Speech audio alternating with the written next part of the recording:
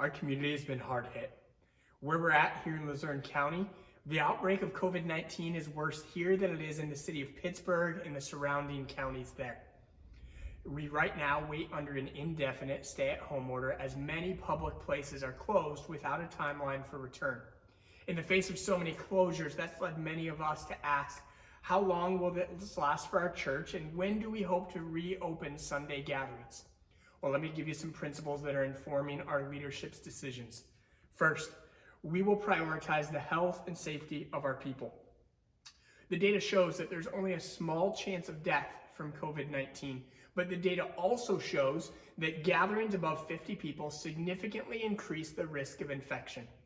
See, I have a friend of mine who's a pastor not too far away from here, and in his church, from one person that was present with the virus on March 8th, dozens of people contracted COVID-19. They had many people hospitalized, and their entire church was forced to quarantine. They even had someone that passed away. They had no idea that something like that would hit them. But now that we know that something like that is possible, we must prioritize the health and safety of our people. Second, we want our city to be thankful for the way that we navigate this season. We don't want our gatherings to facilitate a setback in our community. Many of our people work in local small businesses. Some of them work in nursing homes, and a large number of people in our church live in apartment buildings, high-rises, and housing units with many disabled, elderly, and immune-compromised neighbors.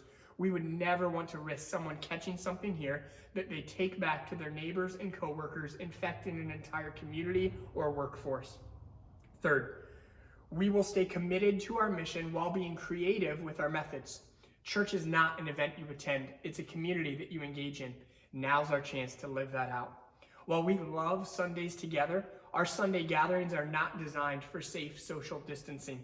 Our building is congested, our kids' ministries are overflowing, our kids don't know how to social distance, and that doesn't even account for all of the new people getting connected with us now that can't wait to attend a gathering later. It would be really hard to gather together if we have to wear masks, sit according to social distance, require no physical contact, shut down all kids' ministries, and possibly even do health screenings or temperature checks at the door. Simply put, we don't want our Sunday gatherings to have the same level of difficulty as going to the grocery store, where we have to wait outside in a spaced out line, wearing masks as the number of people in the building at one time is limited. Last, we will move as fast as is wise. It's impossible to predict how all this will progress. It could get better or it could get worse. We don't want to be presumptuous or premature in our actions. Otherwise, that will be confusing and frustrating for everyone. We cannot move from nothing to everything quickly in terms of large gatherings and large ministries. As we've been in contact with state officials, we've been told that our state health department is taking things by a county color-coded approach.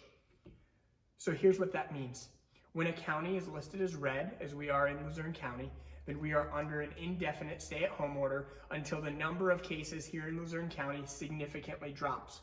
When we transition from red to yellow, that means that strict social distancing will still be required and there are no gatherings beyond 25 people that are allowed. Eventually, once we get to green, that means that most restrictions will be lifted as they continue to monitor public health. So as a church, we've designed 4 phases for how we will proceed in this season. We're in phase 1 right now. Under a red stay-at-home order, where everything will be online with our gatherings, community groups, and connections. When we get to phase 2, we will allow an in-person option for community groups that are healthy, willing, and able to meet together when our county is listed as yellow. Phase 3, we will work to get the majority of our community groups back together in person. And once we're in the green and we've reestablished a strong foundation of community in our church, then we will move to phase 4, where we will look to reopen public Sunday gatherings.